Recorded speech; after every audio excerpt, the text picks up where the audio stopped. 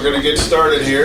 Welcome to the Shelby County Board of Supervisors meeting, Tuesday, August 19th, 2025. Call the meeting to order. Any conflicts, gentlemen? No, sir. Consider approval of the agenda. Motion approved. Any changes? Oh, any changes? No. Okay. Oh, down here. Oh, that's right, okay. Between item 13 and 14, we're going to have a little public comment session, so add that to the agenda. Anything else, Terrence? And then number 12, we're going to closed session, 9:45. 9:45 solid, we're going closed session, so. Okay. Motion to approve is amended. Second. All in favor? Aye. Aye. Consider approval of the minutes from August 5th. Any additions? No additions. I made one change to the treasurer's abatement statements. I took out the dollar amount because there were like late fees in there, and so I didn't have the exact amount, but I have the parcel number in there for the abatement. Okay. Make a motion to approve the agenda. Motion. The minutes. Minutes, I'm sorry. The second. All in favor? Aye. Any claims? I did not have any problems. No with questions claims. here? None. Move to approve. Second. All in favor? Aye. Aye. Chris Frederickson, come forward.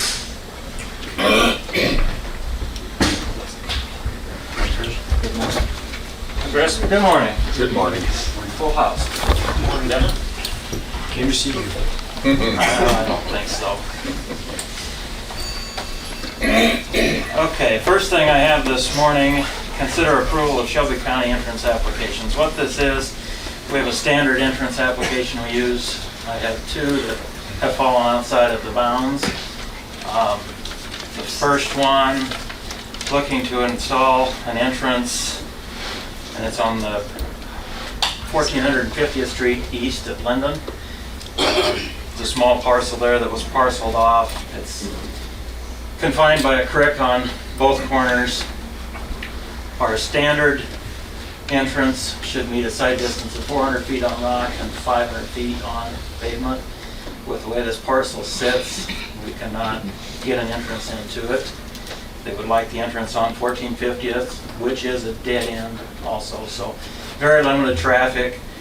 We can get right around 300, a little more than 300 feet for sight distance from the west. I have AASHTO guidelines and things we go by with sight distance. Nothing else will be an issue there. At if you're running 45 miles an hour, you should have 300 feet. So I don't think anybody will ever take the corner of Linden at 40 miles an hour and actually make it down the road. So I don't see an issue with modifying the entrance application for this particular situation. Like I say, it'll be safer coming off of that than the existing driveway that's on Linden right now. So I have that one. Do you have any questions about that? No, I drive by it every day. It looks fine. Okay. Fine. The other one is also another little out of the ordinary. It's actually out in Cresthaven, which I would consider more of a residential development or something of the sort. So our entrance application really wasn't set up for that. The speed limit out there is 25 miles an hour. So we have one, again, it won't meet the 400 feet, but it falls well within the criteria of the sight distance guidelines at 25 miles an hour. So That would be off the pavement out there though, right? Yeah. 75. Yeah, well, It would normally be 500. it would, yeah, normally it'd even be 500. Yeah, So. it's a lot of custody. Right. So again, just since it's outside of the bounds of the approved application, bring it to you. I have no problem with either one of them. So if you would approve those, I think we'd be good. Can we approve those together, Marcus? Or- Sure. Okay. We have a motion to approve the two entrance applications. Yeah, I think they both make sense. There's no safety issues, and that's what variances are for, so I'll make a motion to approve both. Second. All in favor? Aye. Aye. Motion approved. Okay, thank you. My other main point, I have an operator 3, Ray Brion. I'd like to give him $1 an hour raise. He's shown great improvement in what he does. he's picked up quick in the years he's been here. He runs his job sites well, and he's efficient, which to me means a lot. We get a lot done, and he keeps moving on. So, like I said, I'd just like to give an extra $1 an hour, which is outside of my purview, but it's well within the minimum and the maximum set forth in their contract. And so he would go from $27.45 an hour to $28.45 an hour. No discussion? I had a good chat with Chris about it, and it seems to make sense where he's at compared to the other employees. I've worked with Ray. Sounds fair. I've worked with Ray, definitely is a good employee, Yeah, I think, deserves it. like I said, he does a very nice Was job. willing to step up, so. Any further discussion? No. A motion to approve? Motion.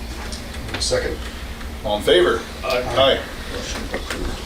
Just a few other quick points, I'll try and keep it short here. F-16 regrading is complete, so finished that up yesterday. We'll monitor, blade it, touch it up as necessary until everything settles out.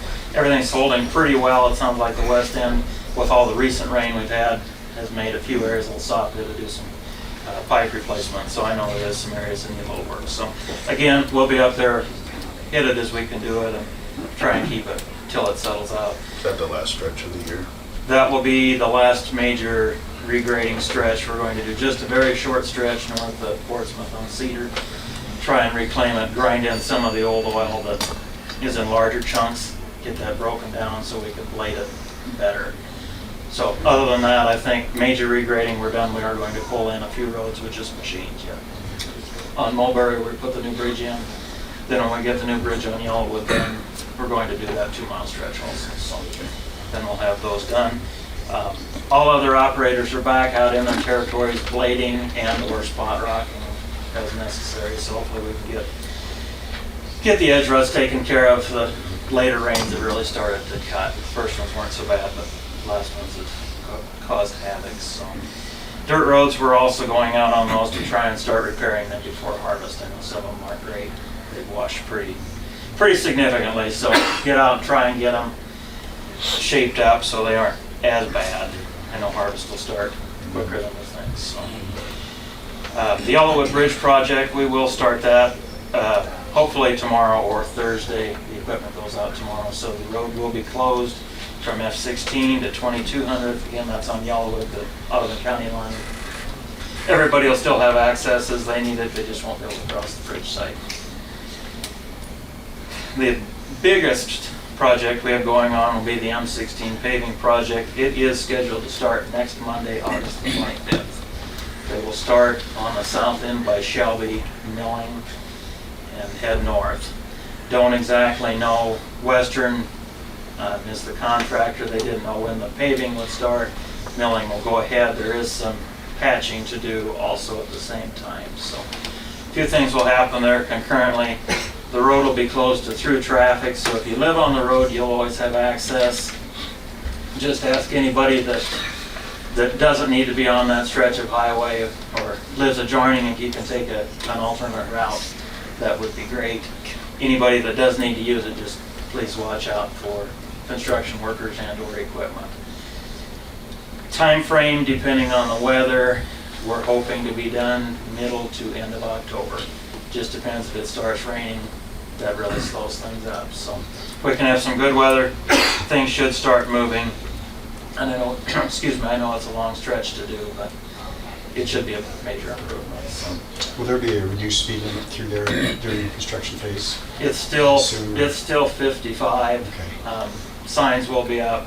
They usually have, I don't want to say flaggers, but some safety people Signs. posted at the ends, plus the signs. So again, if everybody just can watch and pay attention, we don't need anybody hurt out there. So that's what I've got for this week. Thank you. Thank you, Chris. Thanks, Chris. Thank you. Todd Boleen, chamber report. Morning, Todd. Good morning. Just a few items to note. This Thursday night at Roar to Harlan is Shelby County State Bank's Kids Night, so there'll be a lot of inflatables out there, petting zoo, face painting. So If there's any families out there that have never attended Aurora to Harlan, this Thursday night would be a really good one to go to. We have registration open for after-school STEAM. It'll be Monday starting starting September 8th from 3:30 to 4:30 at the library. This is for ages 8 and up, and they get snacks provided. It's the first Monday of each month. Is also a movie day, and that's sponsored by Conductus Wampler Monogram and Harlan Lions Club. So this Thursday, going to be very busy at the school as they have their back-to-school open house. There's going to be a ribbon cutting at 2 at the intermediate school. Following the ribbon cutting, there'll be tours and open houses, so you can go through and see the buildings. The new video boards are up, and so you can see that. And then we're going to have a burger feed, so make sure people stop by for that. On September 5th, we're going to have a ribbon cutting for Harlan Funeral and Cremation Services. That's going to be at 10 o'clock. And then we'll have a ribbon cutting on Saturday, September 13th at the Elkhorn Legion Post new military mural, which is at the corner of Main and Washington in Elkhorn. We have a blood drive in Elkhorn from 11:30 to 5 on the 22nd, and that'll be at their Lutheran Church. And then on 25th from 8 to 2 at Mertu Medical Center. We are still are in a situation, as it seems like we've been for the last few years, of where our blood donation levels are down, so we need to donate if we can. Also on the 22nd, Team Elmcrest is going to have a cookout from 3 to 6. That'll be the event will be held on the football field side. They'll be serving hot dogs, chips, and bottled water. And then finally on Saturday, August 23rd, there'll be a car wash at Pollard Jones Funeral Home from 1 to 6, and that'll also be donations for Relay for Life. So a lot of those activities are picking up. Right now, we're working on a possible Relay for Life fundraiser for the Thursday before Tiny Lund. Hopefully, we'll get those details wrapped up, and I can talk about it at the next meeting. All right. Thanks, John. Thank you. Jake Holloway, Shelby County Safety Director.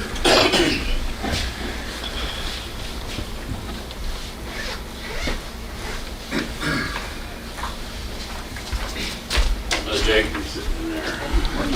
Morning. Yeah. Okay.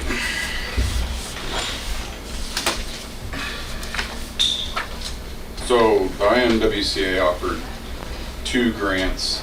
They got the safety study grant, which supports projects designed to reduce or eliminate workplace injuries, especially those that address the top causes of recent claims. And then they have the safety implementation grant, which helps members implement proven safety strategies based on prior safety studies.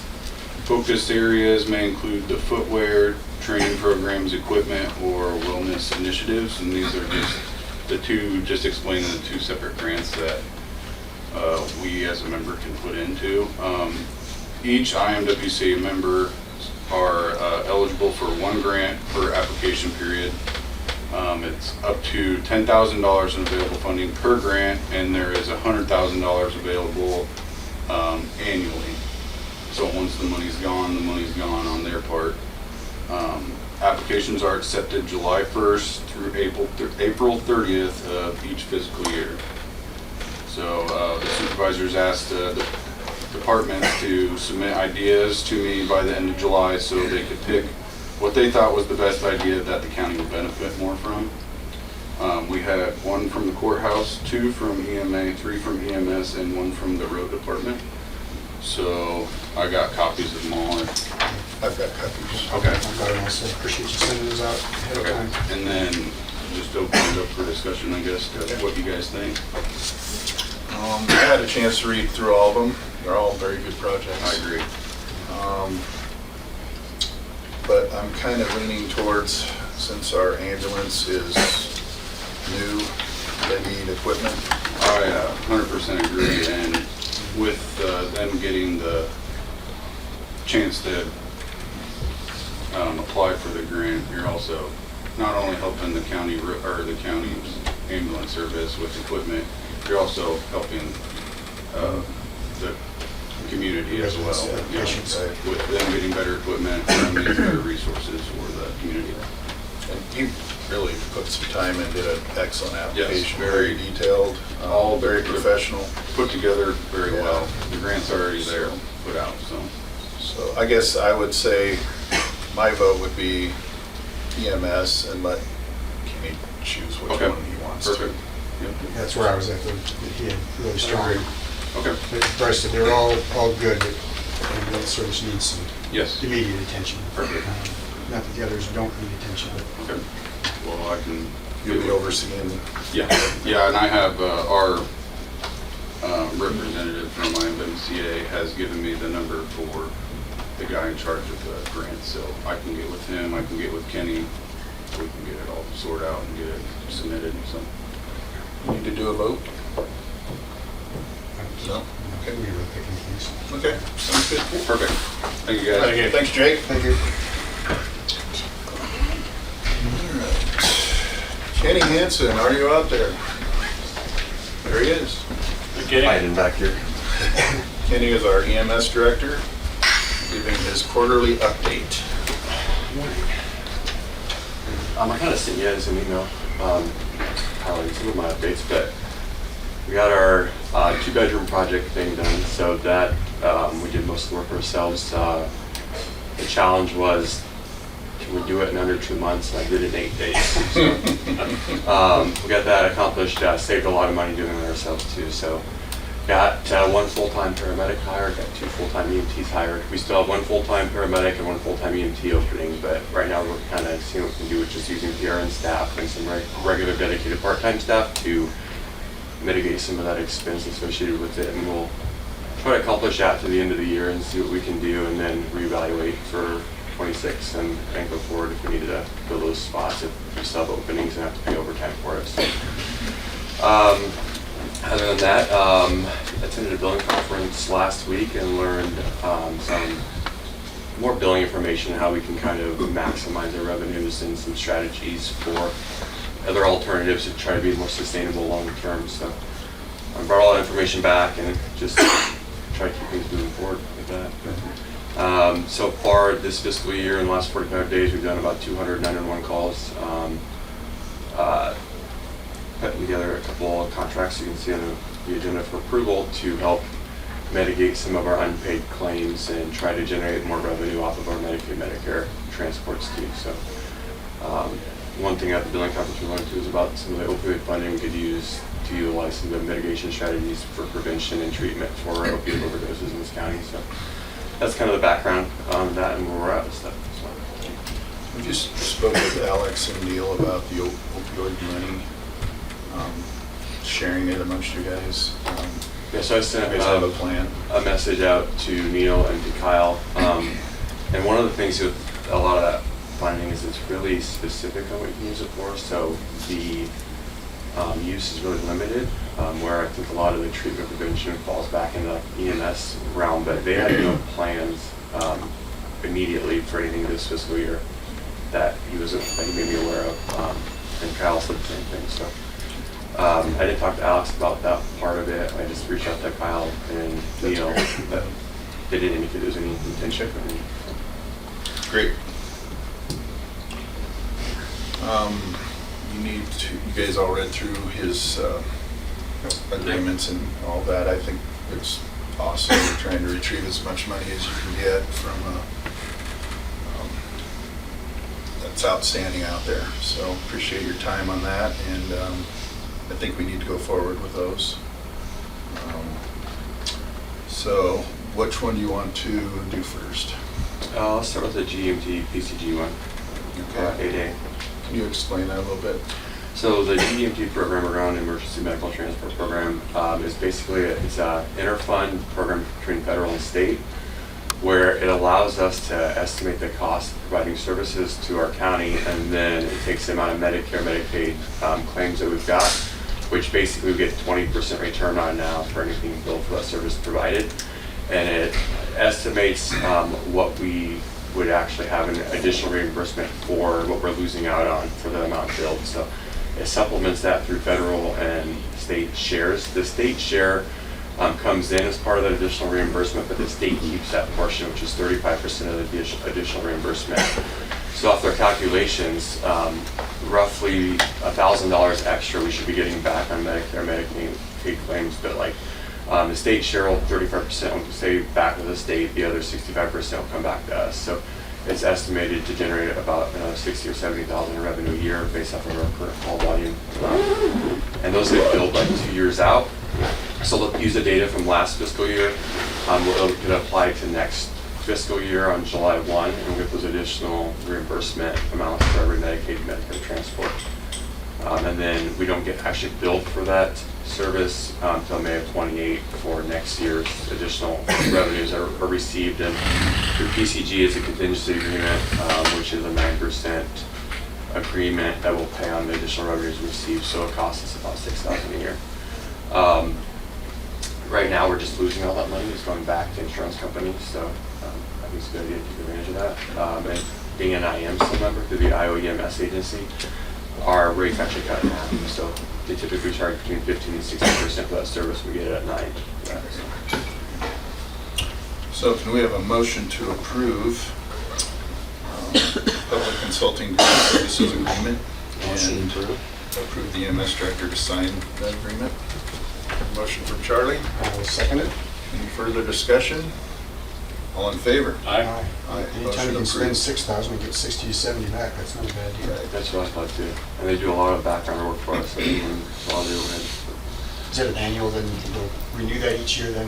I think the agreement's for 3 years and we'll reassess it. So I know some of the 2020, that big beautiful bill act and Medicare adjustments, we're hoping a lot of it's changed by 28. So that's kind of the plan for that, but they're not expecting much other than maybe some cuts to it. So 8B, the MCOA agreement. So originally, when I first started, we looked into what were unpaid claims for mainly self-payers.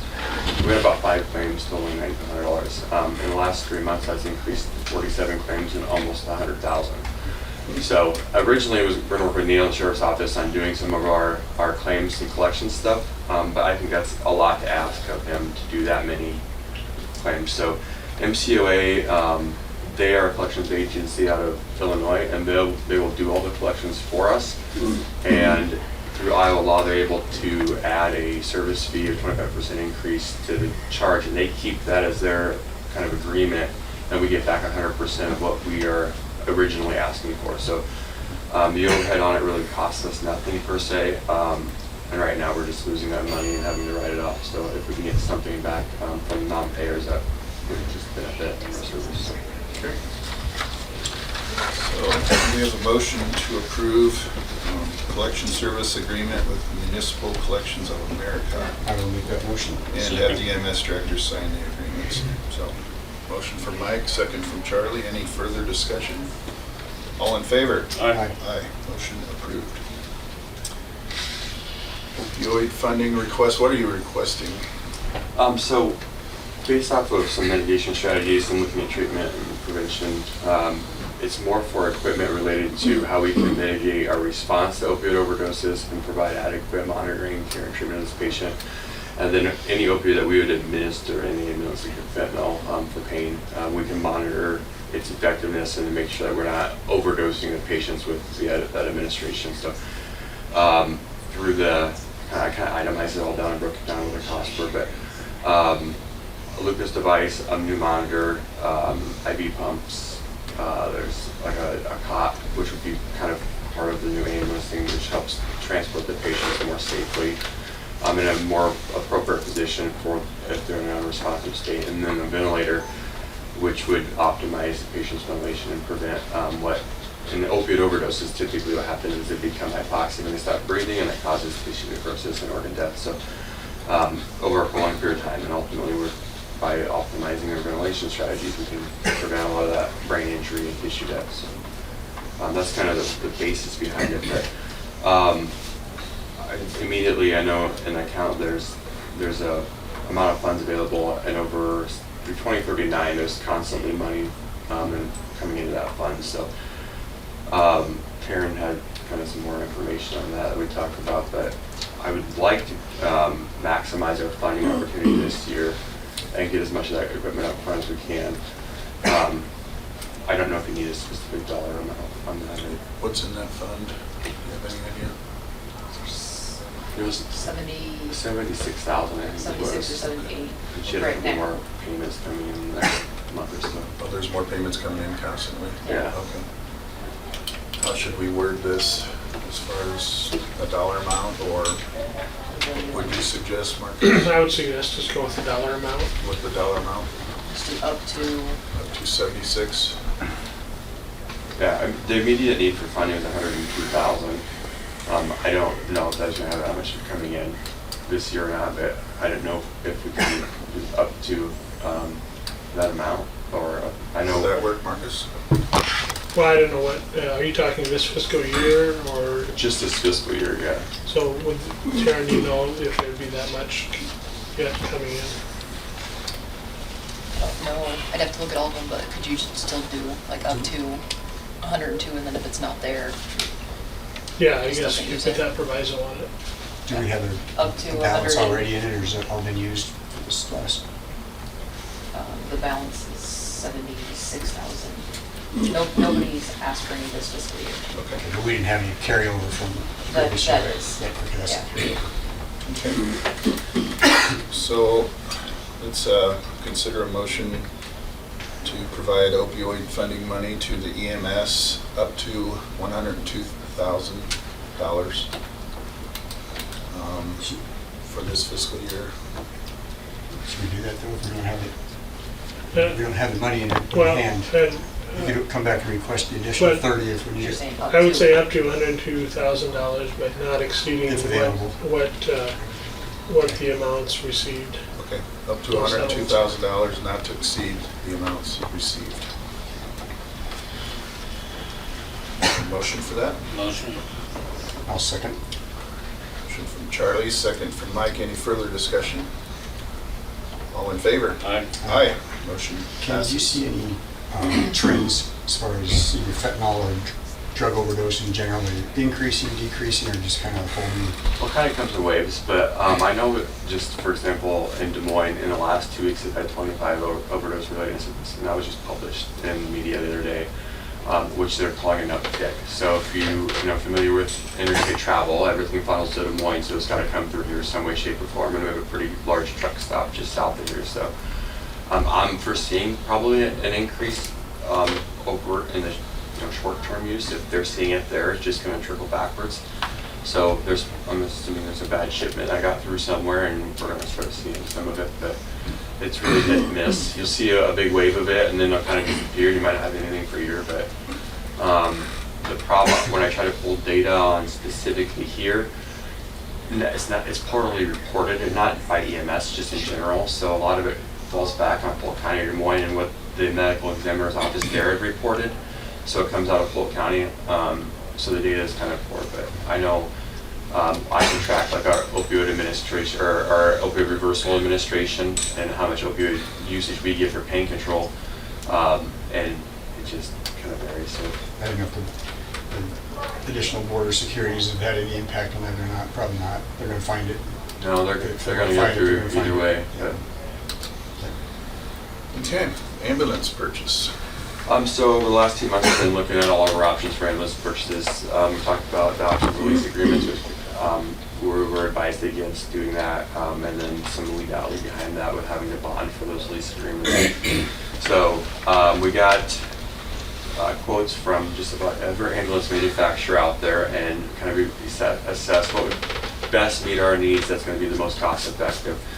And ultimately, we looked at the Braun Northwestern North Star ambulance, which had a price tag on it right now of $273,000 for a Type 1 F350, which would have four-wheel drive. So basically, we would keep that newer four-wheel drive ambulance in the county if we need it for weather-related situations too, and be able to start a regular rotation amongst our three ambulances currently to keep the mileage kind of averaged out over all of them, so we can hopefully get more sustainability, longevity out of them. So that very nice ambulance, built out of up in like Oregon, Washington area. So the dealer for it lives up by Sanborn, up in that area. So that was kind of what we thought would be best to meet our needs. That would still be we looked at anywhere between 210,000 and 380,000, so kind of in that middle range. That's going to get the best bang for your buck for longevity purposes. You need trading squad 3 or?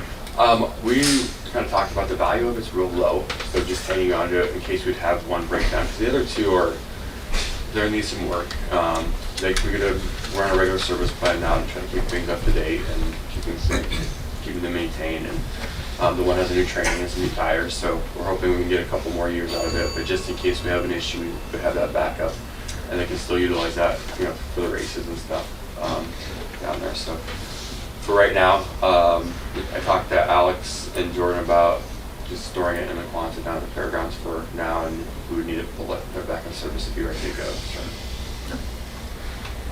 Okay. You got the funds? Yeah, there's a carryover to help cover that expense. That was my question. I know we've talked about it before, either was. I talked to Taryn about kind of what we keep in our cash carryover, and then the idea is for when the equipment arrives in 4 to 6 weeks, that we would basically try to complete the purchase at the end of September, 1st of October, when the additional essential services revenue is available in that account too. So. So we can get it.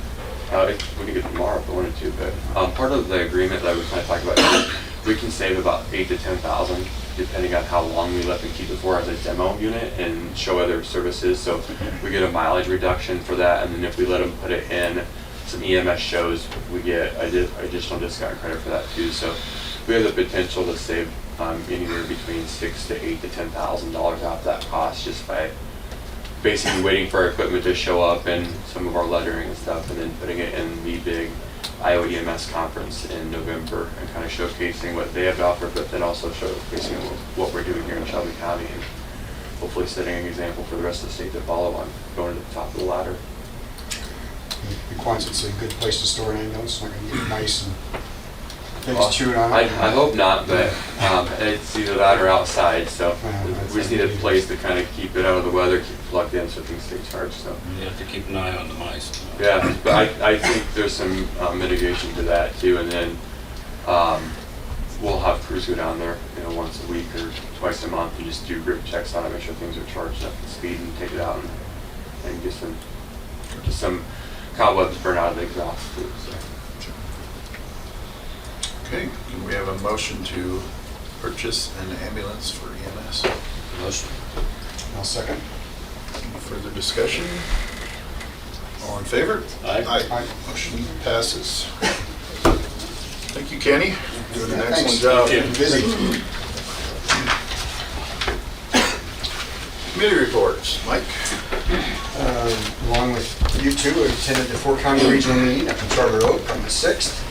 There is Shelby, Crawford, Harrison, and Monona counties get together and discuss a variety of topics that are common to all of us. And obviously that was my first 4-county meeting, so I enjoyed that. Got to meet some people and learn I'm not alone with our issues. The other thing I'd like to mention is on YouTube, or if you can go on the internet, you can view a short video documentary called Under Pressure, and it's about the CO2 pipeline hazards, including water and soil impacts, as well as catastrophic rupture like the one that experienced near Satartia, Mississippi. And you just go on the internet and search Under Pressure CO2 pipeline documentary, and you can find that's a really kind of eye-opening documentary, and encourage everybody to log on and watch that if you have a chance. That's all I got. Charlie? I attended the MAPA meeting last Wednesday. Just as general, that's all. Charlie was at the 4-county meeting. Real good discussion on several topics. I thought the discussion on the gravel summit was good. All of our counties are experimenting with different kinds of rock and trying to figure out the best blends, because rock's an issue. Limestone grinds up and blows away. Gravel is hard and it kind of throws off the road. So it's really neat to see our engineers working with different mixes and trying to find the best thing. So they are working hard to make our roads better out there, just to reassure you. And I'd like to announce that the equestrian trail is open. It's the Upper Niche Habitat area. It's a mile north of Irwin, northeast of Irwin. There's 3 miles, continuous miles. So if you go up and back, it's a 6-mile horse ride. It's flat, it's old railroad right away. It's got a rock base, which makes it perfect. The hooves can't tear up the trail. We've had a couple horse riding clubs out there doing work, trimming trees. And it's pretty exciting. It's getting used a lot already. And it's also a habitat area, hunting area. So October 13th or October 15th through January 10th, it's closed to horse riding.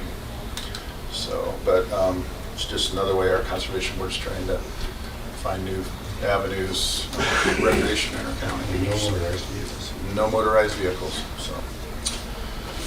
With that, we will move on to department head reports. Are there any department heads who would like to make a report? Don't believe there are. I have one. You have one? Yeah. Tax statements were mailed last week, and all multi-residential properties will be getting a revised tax statement. The rollback was not applied, so the first one they got was the full assessed value, and I believe Carolyn mailed those out yesterday. So I think it was 45 multi-res properties. Okay. Watch for those in the mail if you qualify. All right, at this time, we would like to go into closed session to discuss a strategy with Jason Craig from Ehlers and Cooney regarding pending litigation where its disclosure would likely to prejudice or disadvantage the position of the government body in that litigation. So may I have a motion to go into closed session, gentlemen? Motion. And I'll second it. All in favor? Aye. Aye. Motion passes. We are now in closed session.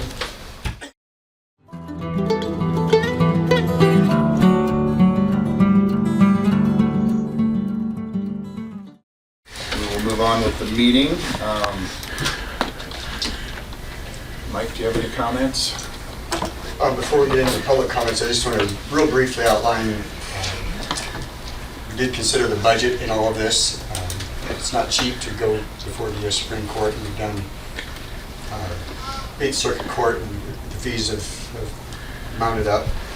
Fortunately, we have been treated very well with our insurance carrier, ICAP, and they are going to continue covering us through this Supreme Court step. So we will only have the 15% deductible, and there's also the possibility that we'll be sharing those costs with another county. So we can afford it with no cost to the taxpayers. It's all grant money that we receive through ARPA funds, the American Rescue Plan funds. So it doesn't come out of our general budget or anything, so it's all grant money. So that's good news on the financial end of it. So it's beside all the important issues that are at stake. So that's all I cover at this time. Yeah, I'll add to that. I was on the board in November of '22 when we first got sued by Summit, and we set a fund up to cover those costs. And I think as of today, we still have 63% of those funds remaining. And we only anticipate, at the worst case scenario, that if we engage in it, the Supreme Court, it would take about 20 additional % of that. So, and as Mike had said, these are all ARPA funds. They came from a federal grant, and so there's no local property tax dollars have gone towards any of this appeal or lawsuit.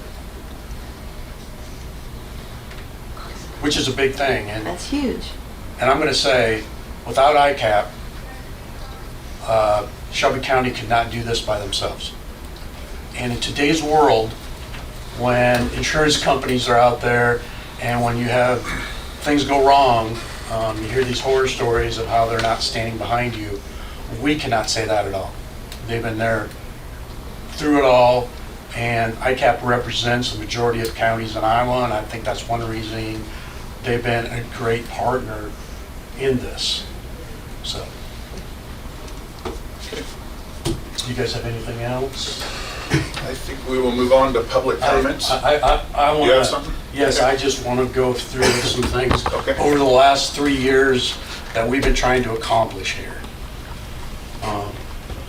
One statement I'd like to make is There's other federal appellate courts that have not ruled this way on county ordinances. The Federal Pipeline Hazardous Materials Safety Administration, which we all refer to as PHMSA, has repeatedly said that all levels of government, federal, state, and local, have a role in safeguarding the public for hazardous pipelines. But yet the lawsuit at Summit keeps saying that we're preempted by the feds. Well, the feds is PHMSA. And I'm going to get into, okay, if this ruling is left to stand, what that looks like. Iowa's zoning law requires every county to consider safety when designing zoning ordinances. The 8th Circuit ruling is contradicting Iowa law by saying safety cannot be considered. Iowa counties have had local control in zoning ordinances for over 50 years. The setbacks are set at the county level in Iowa, not at the state level. Now they're wanting to take the state and local control away. Congress clearly never intended for federal safety jurisdiction to seize local routing authority in important decisions about where local infrastructure gets built, and it should not be in the hands of bureaucrats in Washington, D.C. I think the Supreme Court will ultimately agree with Judge Kelly, who was the one dissenting vote in our 8th Circuit appeal, and this will help fashion a more workable solution for county governments. County supervisors by Iowa code are empowered to protect and preserve the rights of their constituents' health and safety. That's what we're trying to do here. Without county zoning ordinances, a tool supervisors presently have in their toolbox to protect county home rule and enact local zoning ordinances, these will be tools of the past if this ruling is allowed to stand. Let's look at that. If this ruling is allowed to stand, and if it is, PHMSA will be in charge of enforcing setbacks for our homes, our schools, our long-term care facilities, and more. Do you know what PHMSA's setbacks are? They're 50 feet if the pipeline is buried 3 feet below ground.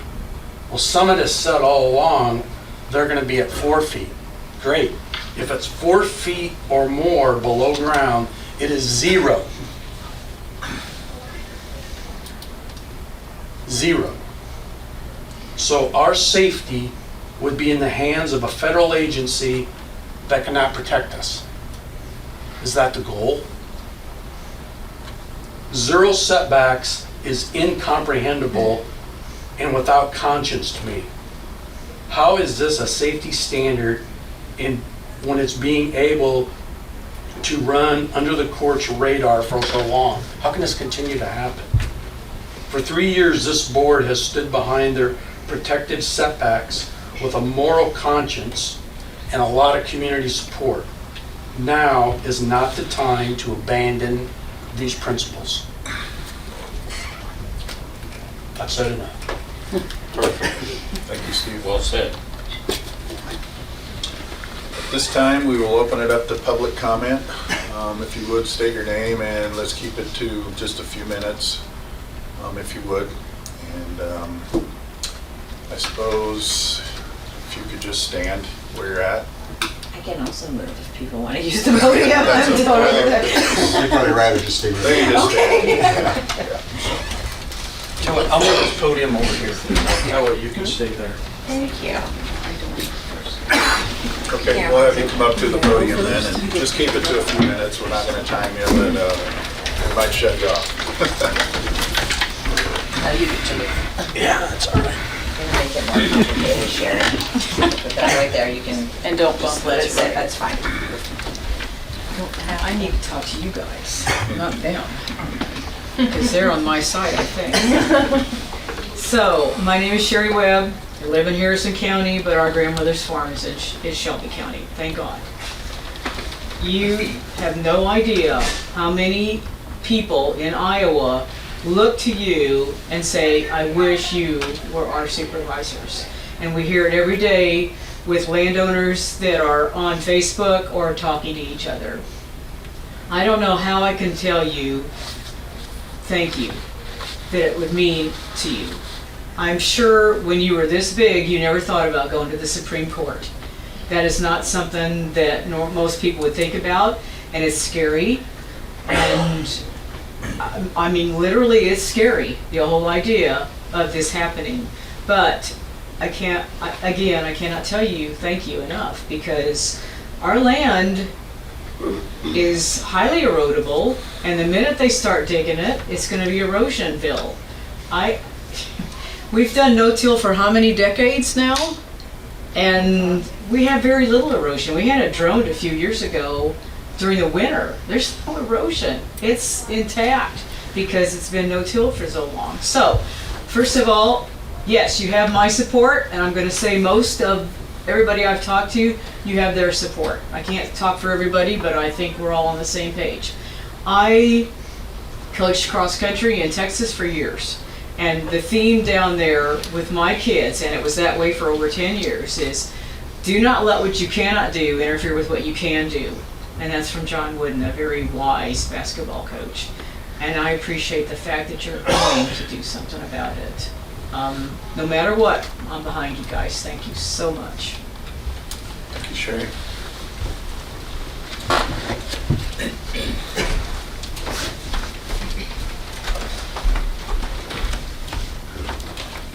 Good morning.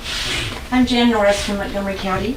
I drove up here this morning from Red Oak because I wanted to commend this board for your leadership and work to fight the rights of these residents. I admire the guts it takes to be a David when a well-resourced and motivated company is the Goliath. Your constituents may not know how lucky they are, but I do, because my board has chosen to play it safe and avoid the fight, which leaves my neighbor's house less than 300 feet from the pipeline, should it be built, giving their special needs daughter a precious few minutes to escape in the event of a rupture.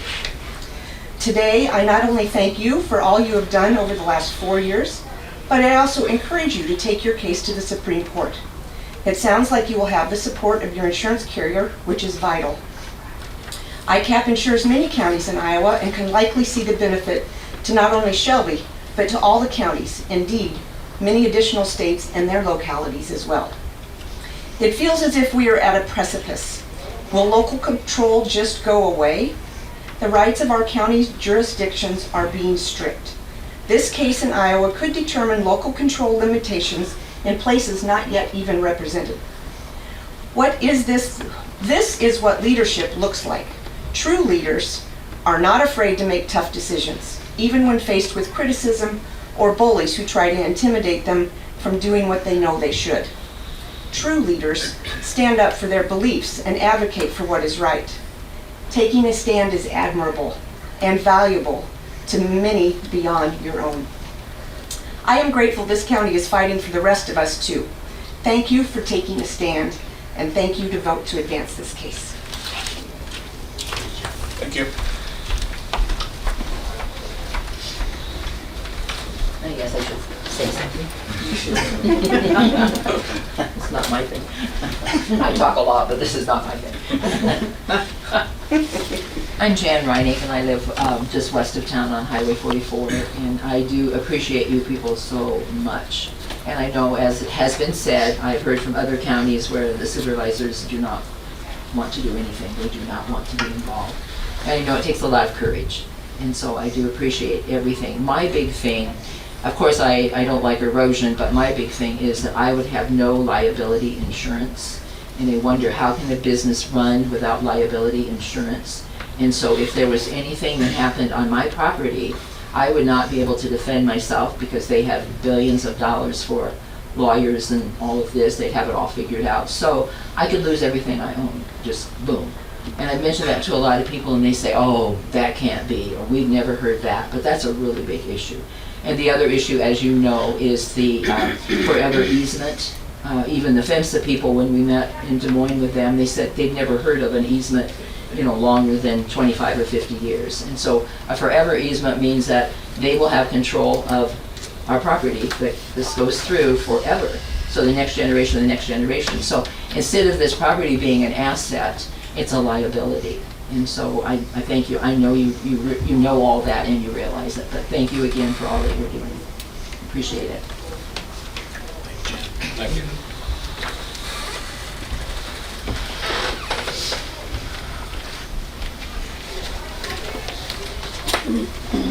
I'll keep this short. I'm Cindy Hansen. I live over in Polk County in Ankeny, but Sherry's my sister, so our family farm, our Century Farm, is here in Shelby County. And we've spent a lot of years playing on that ground where our parents farmed that ground, so there's a lot of good memories there. And the thought of this pipeline going through that ground destroys a lot of those memories for us. I want to thank Steve and the rest of the board that is carrying on and fighting this fight with us and for us. It has given us hope because the Iowa Utility Commission and some of our legislators have kind of taken some of that hope away from us, but you guys have brought some of that back, and we really appreciate it. My hope is that you'll go forward to the Supreme Court and keep fighting for us. I don't think we can let this precedent stand here in Iowa or for the rest of the country if Summit's allowed to have their way with our land. So I hope you'll continue to fight. If you decide not to, I appreciate everything that you have done for us over the last 4 years. Thanks. Thank you.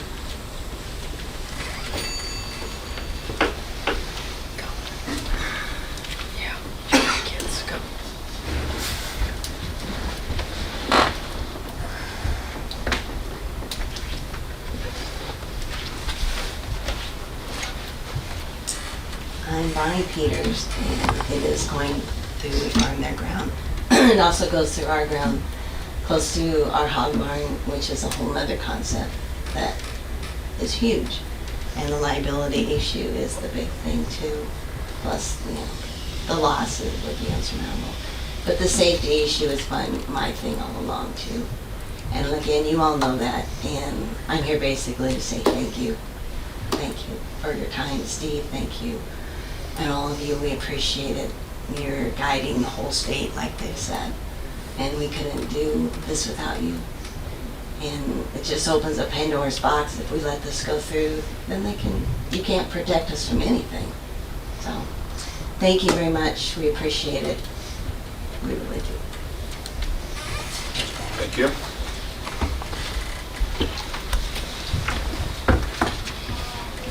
Anyone else?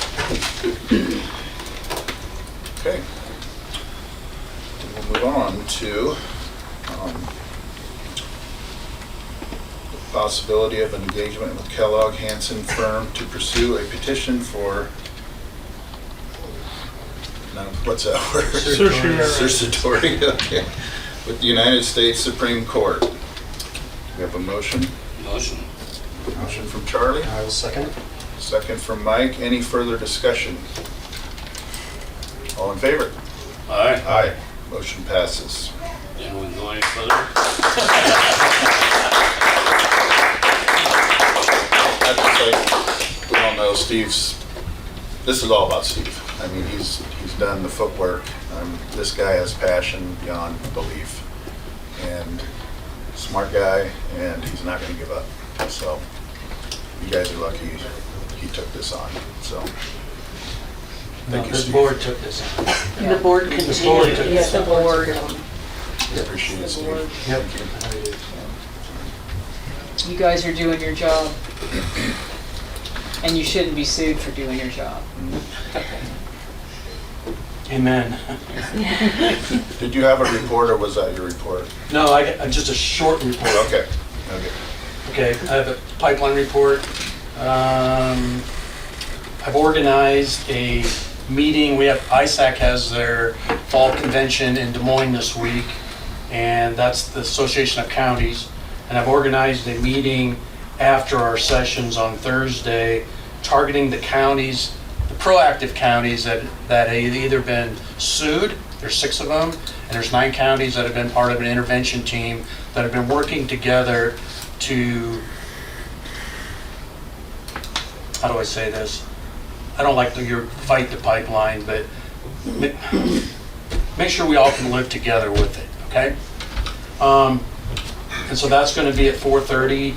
Mike, I know the plans to attend, and so we're going to give updates, and we'll know then after today, because Story County is voting today too for an intervention letter with Kellogg and Company, just as the board here just did.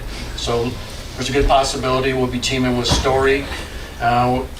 Jason Craig, who was with us today in our closed session, our litigator, he's going to be at that meeting. We'll give updates on where we're at with the Supreme Court, what that looks like, where we're at with our judicial review. There's, I think, 5 lawsuits in the state of Iowa against Iowa Utility Board on judicial review, making them look at different things and things that didn't get done during the process.